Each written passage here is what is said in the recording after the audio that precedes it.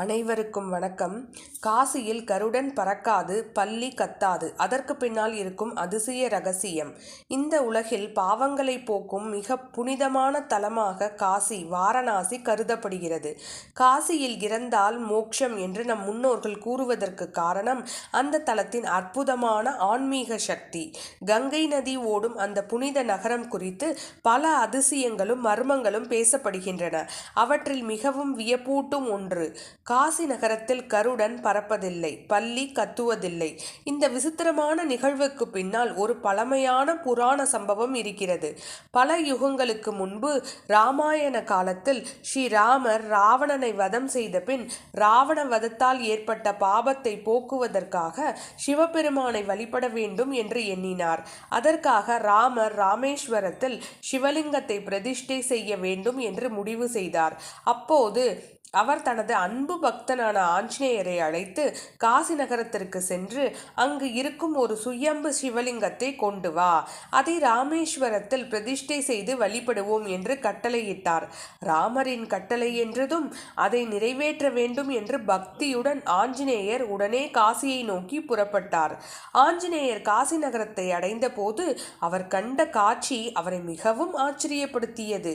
எங்கு பார்த்தாலும் ஆயிரக்கணக்கான சிவலிங்கங்கள், காசி முழுவதும் சிவலிங்கங்களால் நிரம்பி இருந்தது.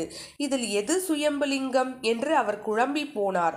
சுயம்புலிங்கத்திற்கு மிகுந்த சக்தி இருப்பதால் அதை கண்டுபிடிக்க ஆஞ்சநேயர் காசி முழுவதும் தேடி அலைந்தார். ஆனால் எந்த லிங்கம் உண்மையானது என்று கண்டறிய முடியவில்லை. அந்த சமயத்தில் கருடன் இந்த குழப்பத்தை கவனித்தான். ஆஞ்சநேயரை தேடி அலைந்து கொண்டிருப்பதை பார்த்து அவனுக்கு உதவ வேண்டும் என்று எண்ணினான். ஒரு குறிப்பிட்ட சிவலிங்கத்தின் மேல் வட்டமிட்டு பறந்து கொண்டு கத்தத் தொடங்கினான். அதன் மூலம் இதுவே நீ தேடும் சுயம்புலிங்கம் என்று ஆஞ்சநேயருக்கு சுட்டி காட்டினான். பல்லியின் அறிகுறி. அதே சமயத்தில் அந்த இடத்தில் இருந்த ஒரு பல்லியும் அதே திசையை நோக்கி கத்தத் தொடங்கியது. பல்லியின் அந்த ஒலி கூட ஆஞ்சநேயருக்கு அறிகுறியாக அமைந்தது. கருடன் வட்டமிட்டு பறப்பதும் பல்லி அந்த திசையை நோக்கி கத்துவதும் பார்த்த ஆஞ்சநேயர் இதுவே நான் தேடும் சுயம்புலிங்கம், சிவலிங்கம் என்று புரிந்து கொண்டார். அவர் கருடனுக்கும் பல்லிக்கும் நன்றி கூறி அந்த சுயம்புலிங்கத்தை எடுத்துக்கொண்டு ராமேஸ்வரத்தை நோக்கி புறப்பட்டார்.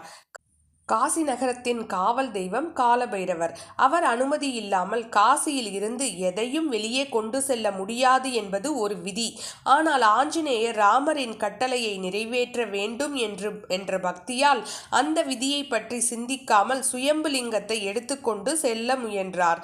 அதை பார்த்த காலபைரவர் ஆஞ்சநேயரை தடுத்து நிறுத்தினார்.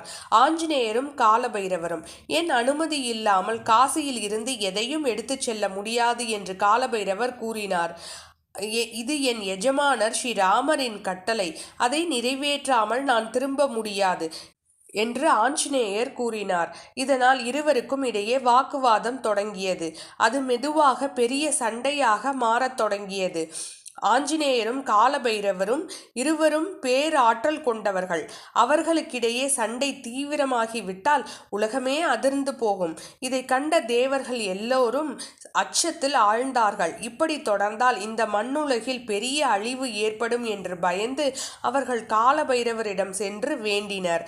காலபைரவரின் அனுமதி. தேவர்களின் வேண்டுகோளை கேட்ட காலபைரவர் அமைதியானார். ஆஞ்சநேயரின் பக்தி மற்றும் விசுவாசத்தை புரிந்து கொண்டார்.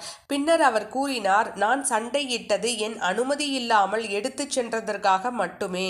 ராமரின் பணிக்காக எடுத்துச் செல்லும் இந்த லிங்கத்தை நீ எடுத்துச் செல்லலாம். இவ்வாறு அனுமதி அளித்து ஆஞ்சநேயரை ராமேஸ்வரத்திற்கு அனுப்பினார். கருடனுக்கும் பல்லிக்கும் சாபம். ஆனால் அதே சமயத்தில் காலபைரவர் ஒரு விஷயத்தை கவனித்தார்.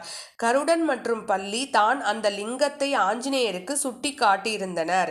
என் அனுமதி இல்லாமல் காசியில் இருந்து எதையும் எடுத்துச் செல்ல உதவி செய்தீர்கள் என்று கூறி காலபைரவர் அவர்களுக்கு ஒரு சாபம் வழங்கினார்.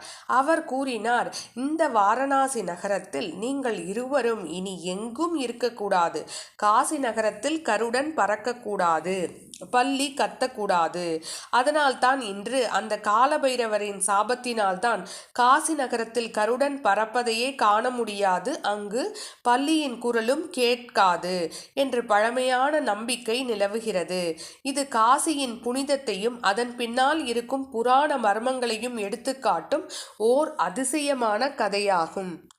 நாமும் இந்த கதையின் மூலம் இந்த மர்மத்தையும் அதிசயத்தையும் தெரிந்து கொள்வோம். நன்றி. நற்பவி.